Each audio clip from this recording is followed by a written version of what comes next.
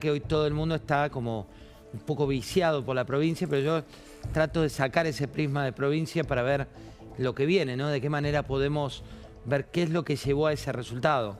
Mira, José, acá la clave es, ahora vamos a contar un poco, hoy fue un día con más tensión en el dólar, cerró en 1445, las acciones para abajo, los bonos para abajo, pero más allá de cómo va a ser el gobierno para defender el techo del dólar, que está, el techo de la banda, que está muy cerquita, me parece que todos están viendo cuál es la capacidad de gestionar políticamente el plan económico hacia adelante que tiene el gobierno. Vos fíjate que anteriormente, cuando el presidente vetaba, los mercados reaccionaban positivamente. Y hoy el presidente vetó la tercera ley en 24 horas, había vetado ayer a la noche Garrahan y universidades, y hoy vetó la distribución automática de ATNs, y la reacción no fue positiva. Si bien el gobierno quiso avanzar con el tema mesa, ¿no? Mesa política, tratar de empoderar la mesa política, la negociación con los gobernadores. ¿Querés escucharlo a Caputo, que estuvo con el Gordo Dam en el stream de Carajo, el stream oficialista, con definiciones políticas y económicas también, diciendo de que esas mesas que van a tener con los gobernadores no van a ser mesas de café? Mirá. Y las mesas, estas, obviamente que van a ser mesas ejecutivas. Ahí vi que cuando se anunciaron, algunos lo tomaron más como, bueno, mesa de, no, de café, no, van a ser mesas de decisiones, ¿no?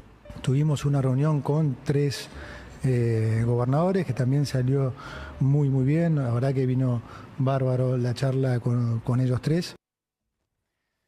Bueno, en esa mesa, ¿no? Hoy estuvo la reunión con los aliados, con Cornejo, con Esdero, el de Chaco, y con Rogelio Frigerio. 2 de ellos llevan directamente el sello ahora en octubre de La Libertad Avanza, ¿no? Frigerio y Cornejo. Y el otro directamente aliado político total. Son los que ya le habían aportado en su momento los votos para tratar de frenar estas leyes.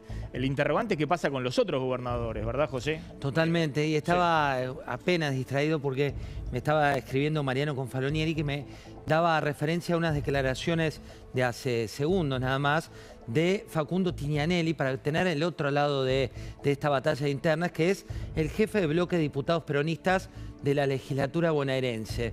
Mirá la frase, cómo arranca tranquila esta campaña en esta declaración que le sacó Confalonieri.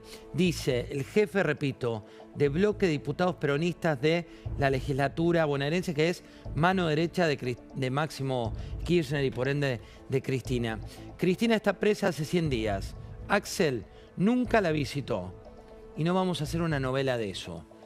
Recién arranca. Dice que a las políticas se las enfrenta desde un Consejo Deliberante, que se las enfrenta desde el Congreso, y te marca también que todo está roto, ¿no, Maxi? No solo el equipo violeta, que está hoy preso en sus internas, sino también el otro equipo, el celeste, que está también con peleas muy fuertes. Claro, es que yo creo que nadie tiene la menor idea de quién va a ser, en todo caso, candidato en el 2027, ¿no? Porque eso queda en el larguísimo plazo. Pero lo que ha ocurrido después de la elección del domingo es que se ha puesto en duda lo que era algo con alta probabilidad, que el presidente Milei pudiera ser reelecto, ¿no? Entonces, cuando uno mira hacia adelante, eso que decían, bueno, a ver quién puede estar en el 2027, el único que aparecía seguro era Milei. Sí. Y hoy, más allá de cómo le vaya en octubre al gobierno nacional, aún ganando, en octubre, queda esa duda, ¿no? Y eso me parece que para el gobierno, para la política económica, y es algo complicado, digamos, porque el gobierno necesita derrumbar el riesgo país después de la elección.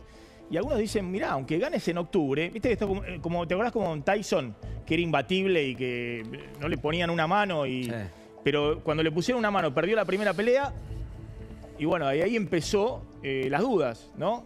Entonces me parece que esto, bueno, pone bajo presión la política económica, aún el gobierno ganando, ¿no?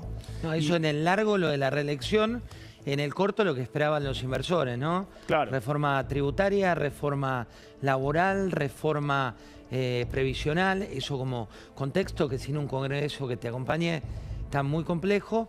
Y por otro lado también lo que para mí hay que mirar hoy es ¿por qué da todas las batallas? ¿Por qué la del Garrahan, que es 0,2%, al mismo nivel que la de los ATNs o la de las jubilaciones, donde tenés realmente un tema de fondos?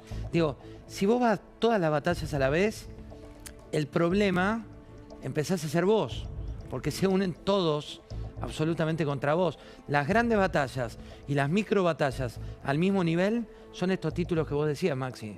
Es interesante lo que planteás, ¿no? Porque justamente cuando se habla, ¿para qué la reunión con los gobernadores? ¿Para qué las mesas? ¿Qué es lo que se está discutiendo? Bueno, lo que se está discutiendo es esto, que ya no sirve el tema del veto presidencial. Lo que sirve es si va a haber una negociación con un grupo de gobernadores que pueden estar más cercanos al gobierno, pero que hoy han salido muy duros, ¿eh?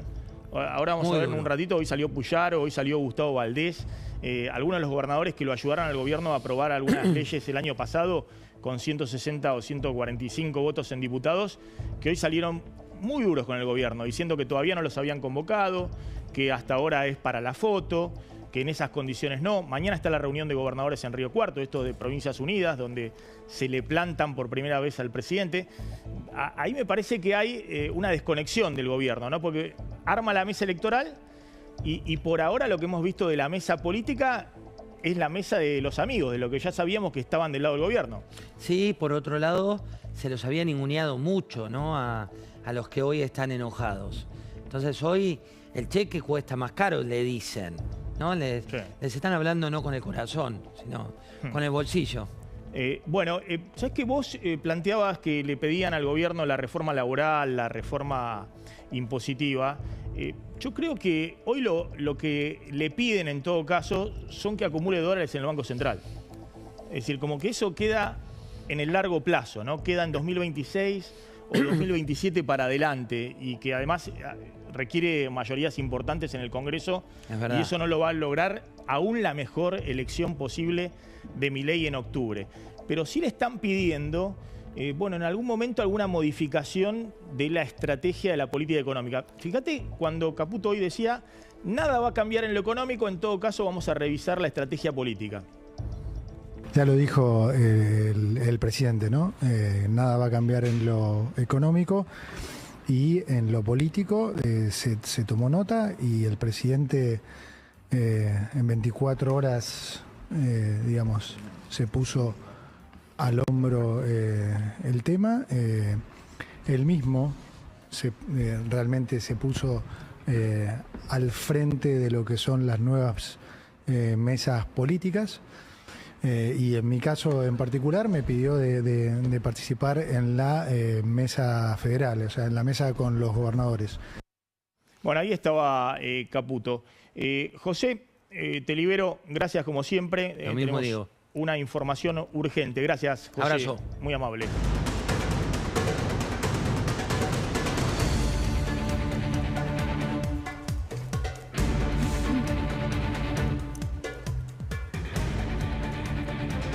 Hugo Machiavelli, hay una información urgente de tribunales. Exactamente. Bueno, Fernando Cerimedo, el hombre que vemos en pantalla, un consultor de redes, muy cercano en su momento, sobre todo durante la campaña, al presidente Milei, declaró en los tribunales federales de Comodoro Pi, convocado por el fiscal Franco Picardi, quien instruye la causa conocida como Andis, audios de Españolo. Allí se investigan varios delitos. Fue una larga declaración como testigo, es decir, que está obligado a decir la verdad. Lo primero que hizo, entre lo que trascendió de sus declaraciones, esto es reciente, es negarse, o negó, mejor dicho, haber sido quien grabó esos audios que se dieron a conocer un día antes de que se tratase la ley de emergencia por discapacidad en el Congreso. Recordemos esos audios que se dieron a conocer el martes, que fueron denunciados por uno de los abogados de Cristina Fernández a la justicia por Gregorio Dalbón el día miércoles a la tarde. En el Congreso, Leandro Santoro hizo mención de los audios. Y a la noche audios de Españolo. Por los allanamientos. ¿Cómo? Sí, los audios de Españolo. Los audios de Españolo, los que motivaron esa investigación, que generaron allanamientos el pedido de los celulares de los hermanos Kovaliker, uno de ellos se negó a dar su clave. Recordemos que también se secuestró documentación. Lo llaman a Cerimedo a declarar porque él había hecho declaraciones periodísticas en las cuales decía que efectivamente Españolo ya le había contado que había corrupción y coimas en el área de discapacidad. ¿Y esto lo ratificó o se rectificó ante la justicia Cerimedo? Lo ponemos en condicional, lo habría ratificado. Ratificado. Es decir, habría mencionado aquello que se dio a conocer a través de versiones periodísticas sobre que Españolo le habría comentado sobre hechos de corrupción y pago de coimas en el ANDIS, en la Agencia de la Discapacidad, donde él estaba obligado por el presidente a hacer una suerte de auditoría y llevarle un informe que nunca concluyó hasta que se desató este escándalo. Recordemos que la defensa de Españolo y de los Kovaliker especialmente está pidiendo la nulidad de la causa. Esto es algo que también se va a discutir en tribunales porque entienden que comenzó con un audio ilegal, con un audio no habilitado por la justicia, no pedido por la justicia, y esto significaría que toda la causa puede ser nula. Mientras tanto, el fiscal sigue avanzando con medidas de prueba, analizando contratos, comparando convenios en anteriores gobiernos de la Suiza Argentina con este gobierno, también con gobiernos provinciales, una droguería, una intermediaria de la medicina que vendía hace muchísimos años a distintos distritos y órganos públicos de la Argentina. Y en ese análisis de las pruebas citaron, esto fue sorpresivo, a Cerimedo, se presentó, tuvo una larga declaración, expuso como testigo y después, si querés, te cuento la otra causa en donde se citaron a dos periodistas, la contracausa, digamos, que es la que denunció el gobierno por después lo analizamos, pero la información que me parece que es válida, que la justicia ya tiene, más allá de los audios, alguien que le dice, sí, efectivamente, Españolo me había dicho esto el año pasado, ratificó en sede judicial lo que le había dicho Españolo. Y no desconoció ni a Españolo, ni desconoció su cercanía con él, ni con la Agencia de Discapacidad, con lo cual hay elementos por lo menos para entrecruzar. Son una serie de indicios que después habrá que analizar en el marco de la justicia, mientras obviamente se pedirá la nulidad de la causa por parte de los imputados. Perfecto. Bienvenidos a Hora 23. Hoy, hace un rato, el presidente aplicó el tercer veto en menos de 24 horas. Tercer veto consecutivo. Primero la ley de financiamiento universitario, la ley de emergencia pediátrica, la ley Garraham, y ahora la ley de distribución automática de ATNs. En la previa de la reunión que van a tener mañana un grupo de gobernadores de Provincias Unidas, después de que el gobierno haya dicho que iba a cambiar la estrategia y que iba a hacer una mesa de diálogo con los gobernadores tratando de conseguir algún apoyo político para lo que va a ser el lunes próximo, el anuncio presidencial del presupuesto 2026. Es decir, el presidente diciendo, por un lado, que va a tener una nueva estrategia política de negociación con los gobernadores para buscar mayorías nuevamente en el Congreso, para ratificar el ajuste fiscal, pero al mismo tiempo vetando 3 leyes que le van a abrir un frente de conflictividad grande, en algunos casos en la calle, como el tema Garraham y universidades, y en otro caso directamente con los gobernadores. Es decir, mañana los gobernadores van a decir, pero bueno, ustedes quieren dialogar con nosotros, pero directamente vetan la ley que venimos impulsando para distribuir los aportes del Tesoro Nacional. La reacción hoy de los mercados, hoy fue un día donde subió un poquito el dólar, cayeron bonos y acciones, y el gobierno enfrenta un primer dilema, ¿no? Mientras ve cuál va a ser la estrategia política, el dilema que enfrenta es qué va a hacer con las bandas cambiarias. Hoy ha salido el ministro de Economía, antes lo había dicho Milei, que efectivamente las bandas cambiarias están ahí, no se tocan. Hoy el dólar cerró en 1.445 pesos, el dólar oficial minorista, el mayorista en 1.433 pesos. Pero como ven acá, hay una tendencia donde el dólar va para arriba. De hecho, desde que Caputo, que había sido más o menos para acá y estaba en 1.200 el peso, dijo a principios de julio, comprá campeón si crees, no te la pierdas. El dólar subió de 1.200 arriba de 1.400 pesos. Esto es casi 20% de suba. El que a principios de julio hizo un plazo fijo, aún con tasas de interés muy altas, 4% mensual, perdió como en la guerra frente al dólar. Es decir, la recomendación de Caputo realmente fue una muy buena recomendación, porque el que hizo un plazo fijo ganó en 2 meses 8%, 9% de tasa de interés y tiene menos dólares que el que compró directamente en su momento, como la recomendó Caputo, dólares, porque el dólar subió prácticamente 20%. Y si uno toma desde mediados de junio, que el dólar estaba alrededor de 1.150 pesos, la suba ha sido de casi el 30%. En el medio, es cierto, no cambió mucho el sendero de la inflación, que sigue estando alrededor del 2%. Y ahora el equipo económico dice, bueno, justamente porque aplicamos un apretón monetario feroz, porque se dispararon las tasas de interés, porque esta economía fue forzada en los últimos 2 meses a caer su nivel de actividad, eso significó que la suba del dólar no se trasladara a los precios y que ahora hubiera una mejor situación. Sea como fuera, el gobierno, si no tuviera esta banda del dólar en 1.470 que tiene supuestamente que defender vendiendo dólares y emitiendo pesos, alguno podría decir, bueno, el dólar puede seguir subiendo, veremos hasta dónde, si hay más demanda que oferta de dólares en esta época del año o rumbo a las elecciones o después. Y en todo caso, si no se traslada a la inflación, le dará un poco de aire a la economía. Y la pregunta es si el gobierno ha cambiado un poco la estrategia, porque esta semana, en vez de estar defendiendo y evitando que el dólar suba, vendiendo más de 500 millones de dólares, hoy lo reconoció el ministro Caputo, que la semana pasada se vendieron 500 millones de dólares, fue en realidad un poco más, e incluso fue no solamente la semana pasada, sino antes de la semana pasada el Tesoro venía vendiendo dólares y mantenía tasas de interés muy altas. La novedad es que esta semana el gobierno trató de ir a un esquema de tasas de interés un poco más bajas, consciente de que estaba matando totalmente la economía, la actividad productiva, a los sectores que buscaban crédito y, por otro lado, ha dejado que efectivamente el dólar se deslice hacia arriba. Pero la pregunta es qué va a hacer si el dólar toca el techo de la banda, porque algunos piensan en una Argentina que no tiene acceso al financiamiento, que tiene grandes cantidades de vencimiento de deuda en dólares a partir del año que viene y no tiene reservas en el Banco Central.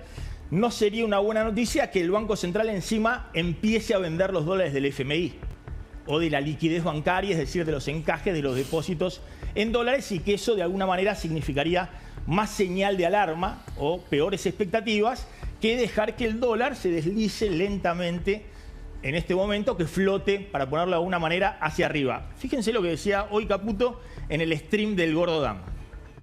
Siempre dijimos que iba a ser coyuntural por esa semana. Estábamos en un mercado que no estaba funcionando normalmente, es decir, no había prácticamente oferta. Y esta semana ya no estuvimos nunca, y es un buen ejemplo el de estas semanas, en el sentido que el dólar cotizó por encima de los niveles en los que nosotros hayamos estado participando. Y sin embargo, no participamos en ningún momento. ¿Por qué? Porque hoy vemos que el mercado recuperó la liquidez normal. Entonces, que esté, digamos, cotizando más arriba porque el mercado pueda percibir que hay un mayor riesgo, bueno, eso es un tema del mercado, digamos. Pero la liquidez se recuperó. Bueno, en un tono distinto, el ministro de Economía dice, bueno, si el dólar ahora está cotizando más arriba, bueno, obviamente porque hay más demanda que oferta de dólares, es un tema del mercado, pero nosotros no intervenimos. Bueno, el gobierno enfrenta un dilema, y el dilema es, ¿qué hace? Se parapeta, como había hecho previo a la elección del 7 de septiembre, tratando de maniatar el dólar y matando la economía, o, deja correr el dólar como lo hizo esta semana. Y ese dilema tiene que ver con la economía real.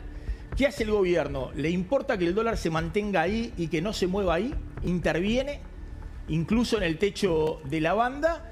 ¿O prioriza la economía real? Porque la economía real muestra datos de alarma muy serios. Y son datos previos a que empezara este apretón monetario muy fuerte que hizo el gobierno para llegar con el dólar maniatado a la elección del 7 de septiembre pensando que iba a ganar y terminó perdiendo. De hecho, los datos de nivel de actividad, de empleo, de salario real, ya empezaban a mostrar hasta junio pasado, que son los últimos datos oficiales, números que efectivamente mostraban una economía real bajo máxima presión. Fíjense el empleo, lo que ha pasado con el empleo. Desde noviembre pasado, este es el empleo privado registrado. Se habían perdido 137.000 puestos de trabajo desde noviembre del 2023 hasta julio del 2024. El empleo empezó a recuperarse en la segunda parte del año pasado junto con la recuperación económica y en algún momento empezó a serruchar, es decir, empezó a caer, subir un poco, caer y está hoy con una pérdida. Recuperó 20.000 puestos de trabajo de los 137.000 que se habían perdido y se quedó ahí. Por eso todavía hay 113.000 empleos menos que cuando asumió Javier Milei. Y a eso se le suma los despidos en el sector público, que fueron casi 60.000 empleos de despidos en el sector público nacional. Rápidamente, cuando uno ve las estadísticas de qué sectores siguen con una fuerte expulsión de empleo y que no han podido recuperar, aún en la recuperación de la segunda parte del año pasado, en primer lugar está la construcción y en segundo lugar está la industria. Y esos dos sectores son dos sectores claves en el conurbano bonaerense. Y si uno hace una comparación en los distritos en que peor le fue a la Libertad Avanza y mejor le fue al peronismo, son sectores en los cuales efectivamente la caída de la construcción, la caída de la industria, la obra pública nacional en ese territorio prácticamente en cero es muy pero muy notorio. Rápidamente, a ver si tenemos los datos y vamos pasando. La caída por sector, fíjense, la construcción, 60.000 puestos de trabajo, 11.000 puestos de trabajo menos en la industria, en textiles, en confecciones, en cuero, en otros sectores, metalmecánica. La placa siguiente, por favor, cuando uno ve también el salario real, pasa exactamente lo mismo. El salario real se recuperó hasta fines del año pasado y después dejó de recuperarse, es decir, uno ve todos los indicadores y pasa exactamente lo mismo. Hubo una caída muy fuerte en la primera parte del 2024, recuperación en la segunda parte del año y desde entonces la economía dejó de crecer. Y el dilema que tiene el gobierno es justamente el mismo. Si le alcanza con la desinflación o si en algún momento va a destrabar esta economía para que vuelva a crecer, a generar empleo, a recuperar salario real. Empezamos con este disparador y nos metemos de lleno con el programa. Que tengan confianza, que tengan esperanza, porque los cambios están viniendo, ya se van a notar. Y quiero dejarles un mensaje a todo el pueblo de Tucumán y a todos los argentinos. Estamos más fuertes que nunca y vamos a ganar el 26. ¡Viva la libertad, carajo!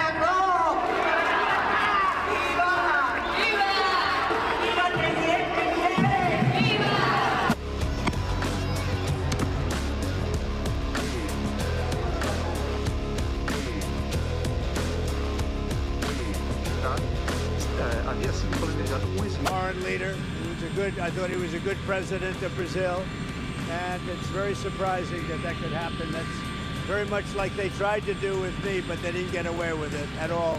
Estamos estrechando el diálogo político para la Argentina que viene con los gobernadores que comparten por lo menos en parte la visión que tenemos.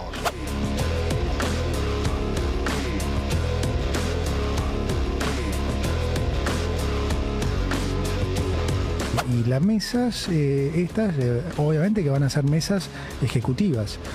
Ahí que cuando se anunciaron, algunos lo tomaron más como, bueno, mesa de café, no, van a ser mesas de decisiones, ¿no? Tuvimos una reunión con 3 gobernadores que también salió muy bien.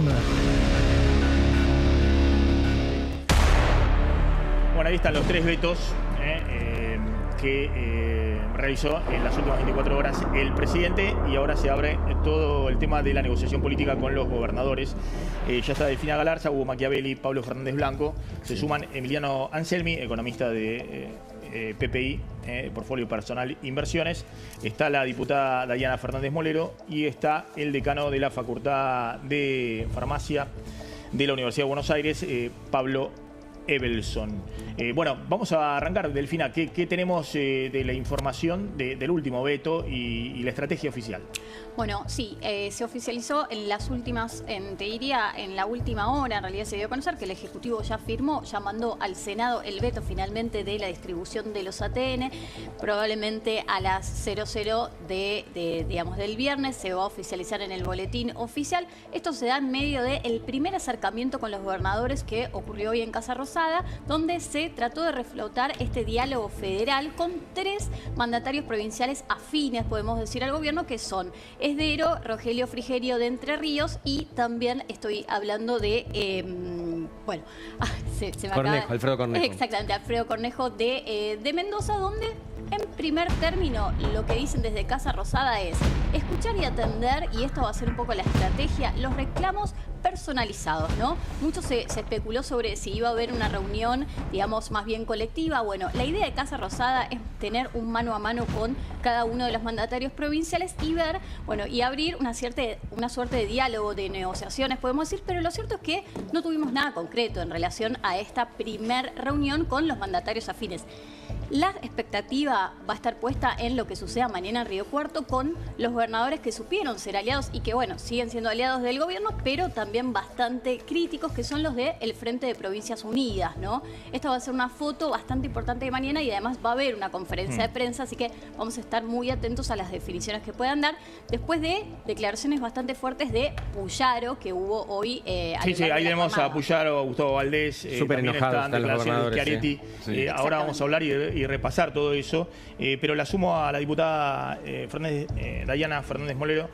Bueno, ¿qué pasa? ¿Hay sesión pedida ya en diputados? ¿Cómo sigue esta? Sí, hay rumor de que el miércoles o el jueves, o sea, alguno de esos 2 días ya están, y la verdad es que, o sea, es como difícil de entender, ¿no? O sea, esta situación de que hay cosas que a mí como economista entiendo, ponele, jubilados es un gasto que es lo más importante del gasto, o sea, es el componente más importante del gasto. Vos estás generando una insolvencia para adelante. Acá hay cuestiones que son de gestión. Lo que pasó este año, a diferencia del año pasado, en el 2024 estuvimos con un Congreso funcionando para sacar leyes que eran para transformar la Argentina. Este año lo que pasó en el Congreso es que el Congreso se convirtió en un lugar donde se negociaron paritarias de distintos sectores, o del Garrahan o de los universitarios, algo que no tiene que hacer el Congreso. ¿Por qué? Bueno, porque también faltó un presupuesto. Entonces, no tener un presupuesto terminó saliendo caro también, ¿no? Porque te llevó a tener que tomar estas decisiones. Entonces, ahora me parece que ameritaría que el gobierno revea de una solución. Por ahí esto viene atado. No va a rever porque acaba de vetar no, Milei. pero el lunes claro, tenemos la presentación del presupuesto. Quizás con el envío del presupuesto dice algo respecto porque estos son de gastos que se van a ejecutar fundamentalmente para el año que viene. Claro, entonces Claro, por sí. ahí yo espero que venga ahí, porque es en el presupuesto donde nosotros tenemos que dar estas discusiones, no en leyes aisladas. Claro, acá hay un problemón, que es el presupuesto habla del año próximo y los gobernadores quieren una solución para hace 3 meses. Bueno, hay que ver si no hay Ese es un problema, me parece que esa es la gran diferencia entre Milei y los gobernadores. Los gobernadores dicen, bueno, ahora Milei nos llama, perfecto. Supuestamente, al final del camino está la posibilidad de que las provincias tengan más recursos, pero ellos querían los ATN y no se los dieron. Con lo cual, están entreteniendo la pelotita. Milei no es tonto, el gobierno no es tonto y los gobernadores tampoco. Si todos saben a mí, ahora, gobernadores que estuvieron hoy en la reunión me dicen que lo vieron a Franco y a Catalán, el ministro del Interior, empoderado, sobre todo también porque estaba Caputo, que es el que maneja la billetera. Dicen, bueno, en realidad Catalán y Franco fueron los que negociaron inicialmente el año pasado y después se corrieron porque los habían desautorizado totalmente, claro, habían quedado totalmente pintados, pero ahora lo ven de manera distinta. De todas maneras, hablé con 3 gobernadores de los que se van a reunir mañana. Estos serán los amigos total y aparte están un poco de rehenes de la Libertad Avanza porque van a compartir listas en la elección de octubre, y además le dieron también sus diputados para que acompañen estas leyes que finalmente salieron con amplias mayorías y el presidente vetó. La pregunta es qué hace el grupo de gobernadores que se reúne mañana Y hoy hubo declaraciones muy duras de esos gobernadores, desde Valdés, que era un aliado natural, desde Puyaro, salieron a decir que el gobierno no lo llamó, que hasta ahora no hay ningún diálogo, que es todo para la foto, que el gobierno está pidiendo un salvavidas y que en realidad... Ya hay críticas al veto de ATN también, ¿eh? Sí. Atención porque, por ejemplo, Juan Schiaretti, que es un personaje muy importante en la provincia de Córdoba, fue lapidario con respecto al veto. Fíjense lo que decía Gustavo Valdés, que era aliado del gobierno, era un radical que es más, habían negociado ir con listas conjuntas, que tenía 3 senadores en la provincia, porque aparte manejaba el senador de la minoría, que es el peronismo, él es radical, todos sus senadores habían votado y diputados a favor de las leyes del gobierno en su momento, incluso habían sido voceros de esas leyes. Y fíjense el tono con el que sale hoy después de la convocatoria del presidente y del gobierno. Nosotros nos juntamos, los 10 gobernadores de Cambiemos, y dijimos, bueno, vamos a acompañar al gobierno, lo invitamos a dialogar.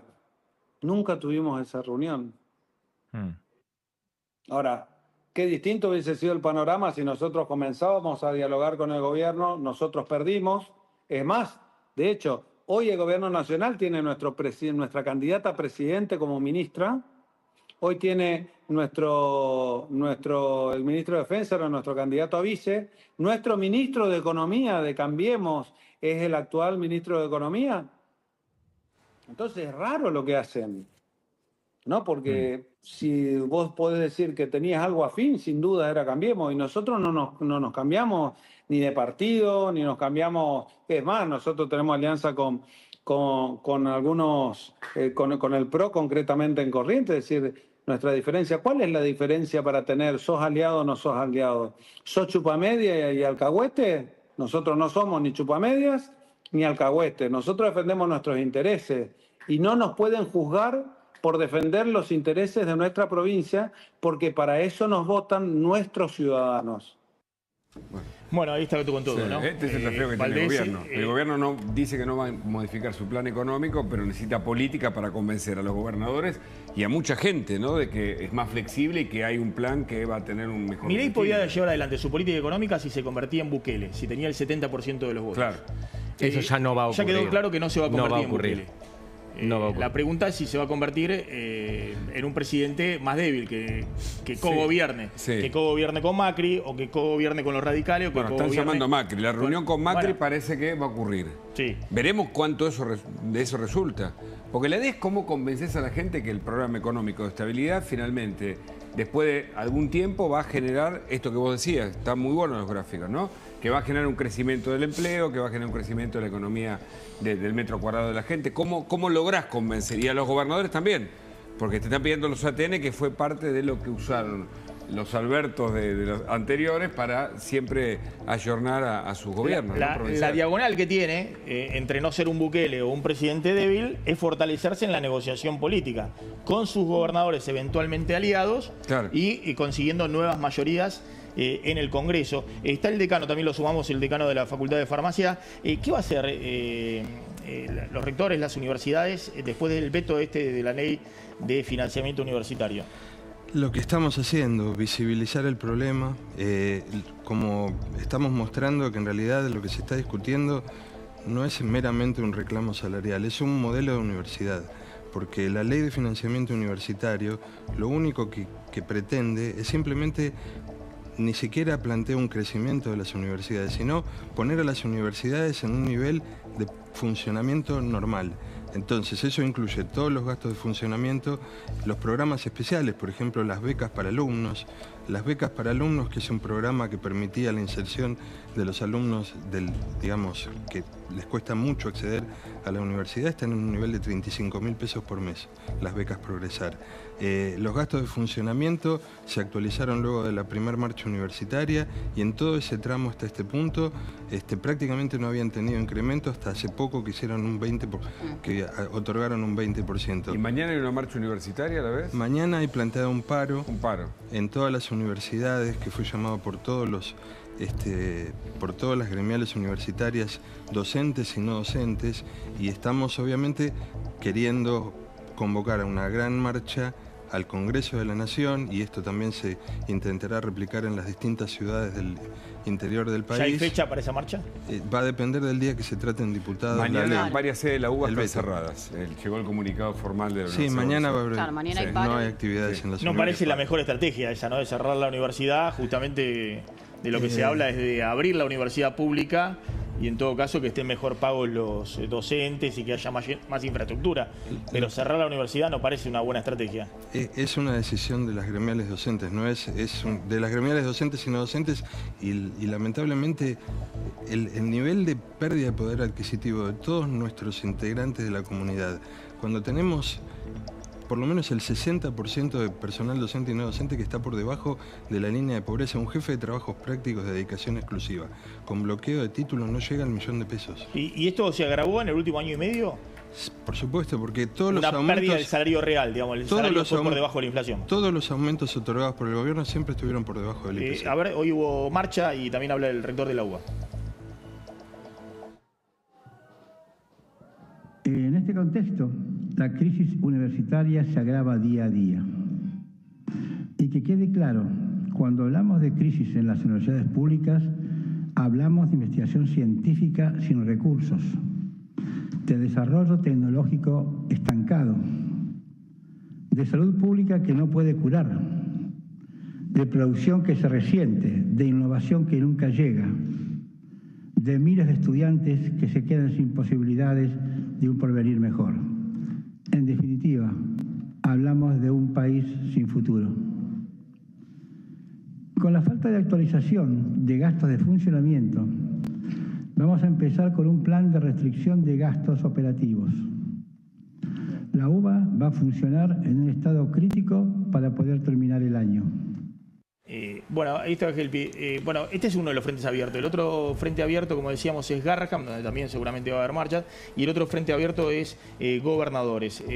Fíjense el tono hoy de Puyaro también, donde obviamente quieren construir un post-mileísmo o un espacio político alejado de Milei, pero también alejado del kirchnerismo, ¿no?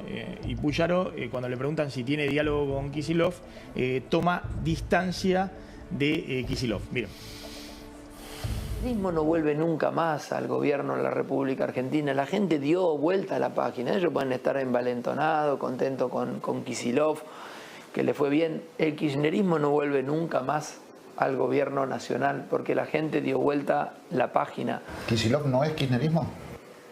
No lo digo yo, lo dice él.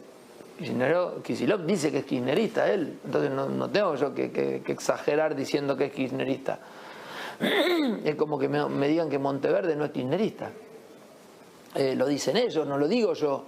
No es que le tiro un balde de tierra diciéndole no, ustedes son kirchneristas. Ellos se reivindican kirchneristas. Y está bien que así sean. Yo me reivindico alfonsinista. Bueno, acá lo escuchamos a Puyaro, que supo aportar muchos legisladores de Santa Fe al gobierno y que hoy, además de esto, lo que decía es ¿por qué vamos a sentarnos en una mesa con francos que incumplió un acuerdo con nosotros? Esto también lo decía el gobernador de Santa Fe, recordando un convenio que había firmado la provincia que tiene que ver en relación a la caja de las jubilaciones, ¿no? Sí. Atención con esto también cuando estamos viendo algún intento de Casa Rosada para acercarse a los gobernadores, y Puyaro va a ser de los gobernadores, además, que lidere mañana la conferencia de prensa del Frente Provincias Unidas. Muy empoderado Puyaro luego de lograr la reforma constitucional, exacto, además de Santa Fe, ¿no? Que sale hoy o mañana. Y aparte le fue bien en las elecciones. Que por primera vez le permite reelegirse a un gobernador de la provincia de Santa Fe, que hasta ahora tenían, como la provincia de Mendoza, solo un solo mandato y los marcaba muy débiles a los gobernadores en el segundo periodo de gobierno. Lo sumo a Emiliano Anselmi. ¿Qué está pasando en este juego de la política, el gobierno, los gobernadores y el mercado cambiario?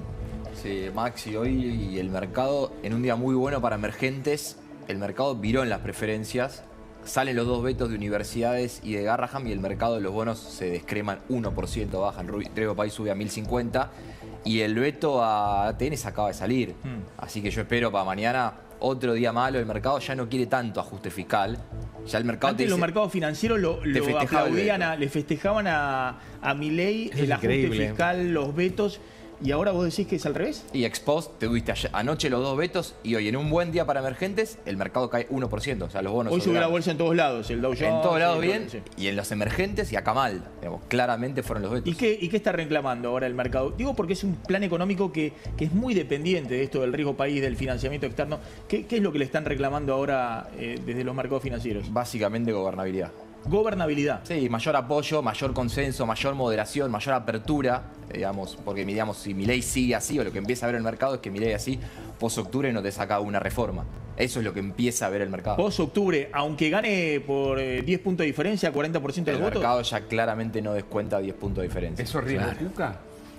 Eso es riesgo, falta de apertura, digamos, eso es un congreso trabado. No sé si Cuca es Acá hay una cuestión, acá hay una cuestión muy sencilla. Sí. Poner que Milei gana la elección de octubre por 1 punto. Va a salir a festejar, decir ganamos, sí, perfecto. Ahora, el riesgo de que en 2027 venga la otra alternativa, la alternativa kirchnerista, que sabemos que el modelo es cuidemos los dólares a través del cepo, más control de capitales, menos amistad con el mercado. Bueno, ese riesgo ya va a afectar la capacidad de gobernar de Milei de los próximos 2 años. Miren esto que sacó hoy una consultora, la consultora 1816, favorita de la City, que planteaba a fines de 2022, en una encuesta de líderes de opinión, quién era el presidente seguro para el Círculo Rojo.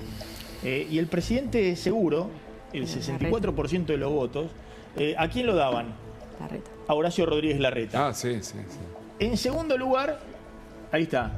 En segundo lugar estaba Patricia Bullrich, con el 19% de los votos. En el tercer lugar, Sergio Massa. Fíjense cómo ya los líderes de opinión ya consideraban en el 2022 que ni Macri ni Cristina tenían una chance de volver a ser presidentes. Pero fíjense, Javier Milei, 1%. El último. Claro. ¿Qué significa esto? Estamos en el mismo periodo ahora, pero para la del 2027. Que nadie tiene la menor idea de qué va a pasar en 2027. Nadie tiene la menor idea. Por eso cuando hablan de riesgo Cuca, es difícil que alguien esté pensando en que puede volver el kirchnerismo en 2027, cuando ya hace rato que nadie la ponía a Cristina como posible vuelta al poder, ¿no? Sí, es cierto que hay una crisis del sistema. La gente claro, vota menos. Esto es lo único que más o menos asoma a partir de los datos. Relativo, Maxi, porque en realidad en 2021 vos tuviste la elección que le va muy mal a Alberto Fernández. Entonces ahí sabías que se reducían las chances del peronismo para la siguiente elección. Que Massa no estuvo tan lejos en realidad. Pero lo que te está diciendo esto también es que lo corrían al kirchnerismo, ¿no? Claro, Alberto ya había tropezado en la de medio término. Cristina está presa. Sí. No, ahora Cristina sí. está presa. Lo que me parece es que se ha diluido, es la certeza de que Milei era el que tenía más altas probabilidades de ser reelecto. Ahora, si vos mirás... Después no aparecía ningún candidato. Nadie sabía si podía ser o Kicillof, o Massa, o Schiaretti, o quien primer fuera. y segundo lugar era Bullrich y era Larreta. Los dos eran anti-oficialismo en ese sentido, ¿no? Claro, pero por la y el elección que del año anterior. cabalga de atrás y se sube a la ola y les gana todo es con el discurso. Sí, quiero hacer una grandísima aclaración. Anti-K, que es Milei, ¿no? Quiero hacer una gran aclaración. El gobierno no cree que va a perder la de octubre, ¿eh? El gobierno cree que está trabajando para descontar 7 puntos en la provincia de Buenos Aires. Ganando la elección de octubre, lo que ha aparecido ahora como impresión generalizada es que cualquiera puede ganar en el 2027. Sí, que Milei es un ser humano y ya no es un rockstar. Porque la sociedad argentina vota para un lado, vota para el otro. Entonces, me parece que lo que tiene que abocarse el gobierno es a gobernar, digamos, a gestionar políticamente y que no se le deshaga la política económica porque no puede gestionar políticamente cómo avanzar. La pregunta es, ¿qué va a hacer Mauricio Macri? ¿Le va a aportar gobernabilidad a Milei? Hay algunas versiones de que puede haber una reunión entre Macri y Milei. A ver, no sé lo que va a hacer. Yo sé lo que hicimos y lo que venimos haciendo todo este tiempo. No es que le aportamos gobernabilidad a Milei. Estamos tratando de que salga bien las ideas en las que creemos, la de la normalización económica y que las que pueden cambiar la Argentina. O sea, nosotros estuvimos haciendo eso. Lo hicimos, digamos, en el Congreso y ahora, digo, el dato de lo que está pasando ahora, de que el PRO decidió ir con la Libertad Avanza en 2 distritos que son muy emblemáticos, que son muy nacionalizables, como la Ciudad de Buenos Aires y como la provincia de Buenos Aires, tiene que ver con que nosotros no queríamos estar en una elección ahora discutiendo, peleándonos, haciendo lo que está haciendo Lilita Carrió en los medios, diciendo estoy muy contenta con el resultado del domingo. Pero el votante del PRO no lo votó a la lista de la Libertad Avanza el 7 de septiembre. No, pero el votante del PRO, yo no le puedo decir a mi votante... de Milei, pero no estuvo el votante del PRO. Probablemente no le entusiasmó, pero lo que quiero decir es que nosotros no podemos festejar que los ahorros de los argentinos se dilapiden, que el valor de las casas de los argentinos se dilapide, que el futuro, no estoy hablando del mercado. ¿Por qué está saliendo el presidente Macri a porque apoyarlo, bueno, pero nadie lo consulta. ¿Y por qué no hay nada para elogiar tampoco en este momento? Pero hubo una elección. Pero hay un llamado. El gobierno sufrió una dura derrota. Si Macri quisiera apoyarlo a Milei, estaría haciendo declaraciones diciendo nosotros no estamos cogobernando, nosotros no estamos tomando decisiones. Por ejemplo, o sea, nadie está enterado de qué va a hacer el gobierno, de esto que votó, cómo lo va a resolver lo del Garrahan. A mí no me preguntaron, che, ¿qué harías? Nosotros estamos, o me dicen, mirá que el miércoles, cuando vayan a la sesión del veto, nosotros estamos pensando esto se va a resolver por este lado. No, nadie te dice nada. Entonces no es que uno está participando de las decisiones. Ahora, Bullrich dijo, sería bueno reunirse con Macri. Me parece que es una... quiere el voto de Macri. O quiere escuchar a Macri en una situación similar, tal vez diferente, obviamente. Al votante de Macri, pónganse las pilas, vayan a ver, el gobierno hizo lo más difícil, lo hizo bien, que fue salir de un proceso que iba hiperinflacionario, lo normalizó. Dejó una inflación, digamos, que está por debajo del 2% por 4º mes consecutivo, algo que no pasaba desde 2017 y algo que es extraordinario en Argentina. El PRO quedó muy relegado en este gobierno. Pero los políticos lo están manejando mal, es raro. ¿La alianza funcionó para la provincia de Buenos Aires o finalmente no funcionó? Mira, yo lo que digo es, ¿qué hubiera pasado si nosotros estamos haciendo campaña en contra como está haciendo los aliados? Entonces tendríamos que empezar a decir que estamos en contra de que se ordene la economía, que es en parte lo que terminó diciendo Lilita, ¿no? Que terminó diciendo, yo estoy contenta. Ella está en un armado político distinto. Exacto, pero dice que este gobierno... que se parece más al por eso, kirchnerismo. entonces terminás yendo a felicitar a Kicillof y diciendo, Kicillof no es kirchnerista. ¿Cómo Kicillof no es kirchnerista? Si estuvo en todos los gobiernos kirchneristas y hace kirchnerismo intelectual. Pero vos le estás pidiendo que todos militen por Milei, digamos. No, no estoy Puyaro está haciendo su juego, Schiaretti está haciendo su juego. No, Maxi, yo no estoy...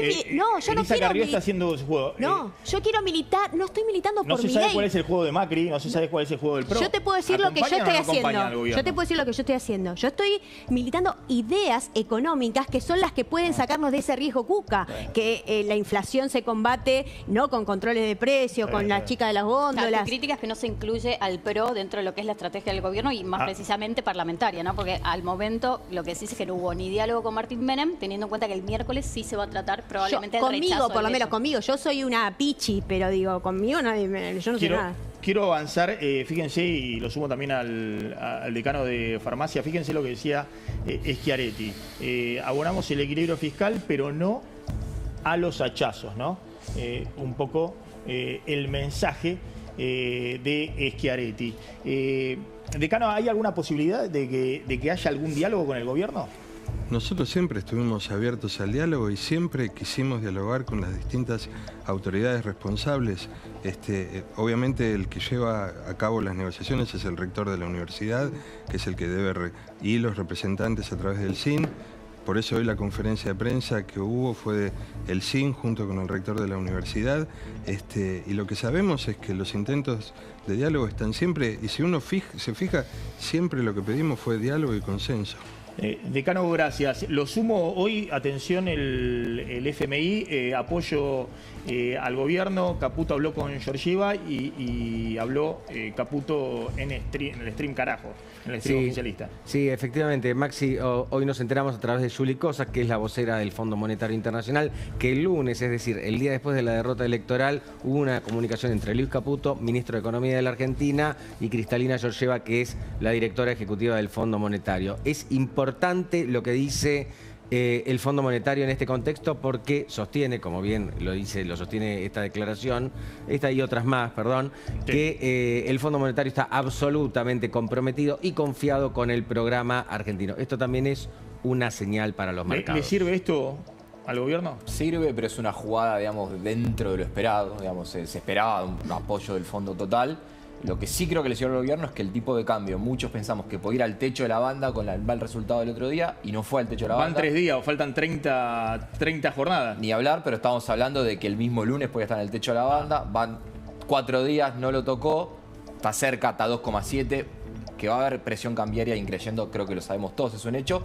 Pero hay un Banco Central que creo que va a estar firme y tiene 18.000 millones de dólares. ¿Puede que se mantenga sin tocar el techo de la banda si el gobierno genera la credibilidad de que ahí está todos los fondos del FMI para vender?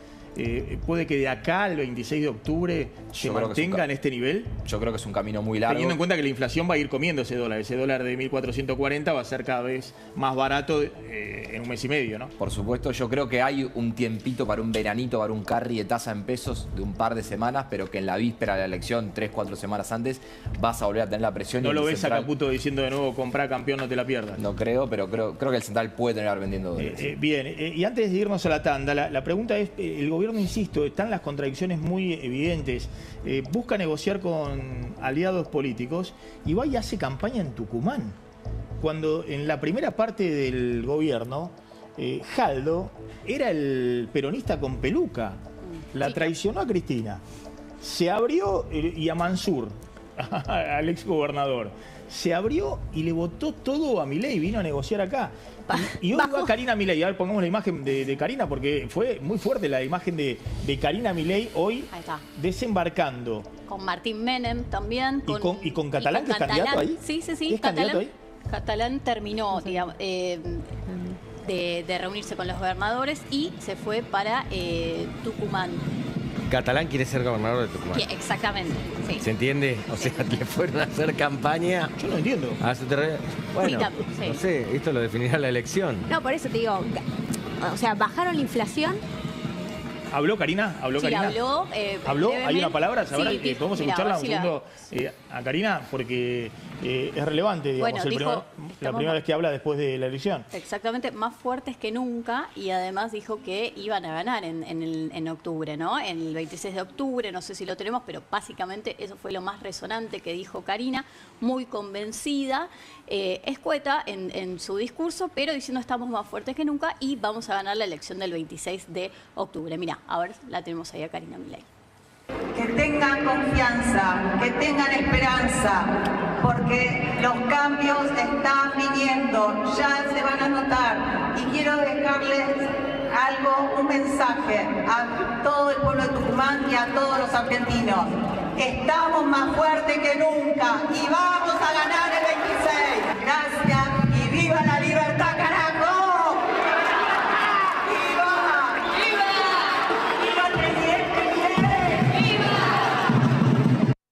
Hay un aliado que se le va, ¿no? Pero después vamos a hablar, porque justo aparece Cerimedo declarando ante la justicia. Sí. Es el caso que involucra todo el tema del Andis. Y bueno, que ha habido de nuevo en las últimas horas. Controlar los costos y la gestión de tu pyme. Gracias por haber estado a los tres.